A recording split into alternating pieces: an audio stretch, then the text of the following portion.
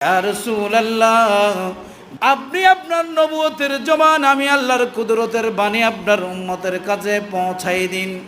বিচার কাজ সম্পাদন হওয়ার পর যারা জান্নাতি হবে তারা কতই না ভাগ্যবান। সুবহানাল্লাহ। কেননা ফাকাদ ফাজা ওয়ামাল হায়াতাদ দুনিয়া ইল্লা মাতাউল গুরুর।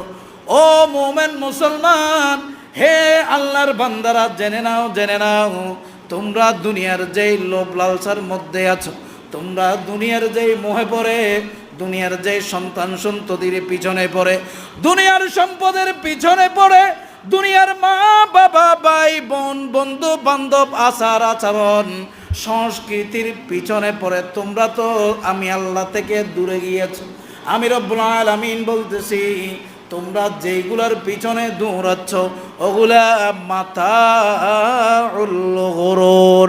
এগুলা সরিষার দানাকে হাজার কোটি ভাগ করার পরে একটা বালুর কণাকে যদি হাজার হাজার কোটি কোটি দানা ভাগ করার পর একটা অংশ যতটুক হবে, আমার আল্লাহ বলতেছে দুনিয়াটা তোমাদের জন্য অতটুক পরিমাণ। সুবহানাল্লাহ।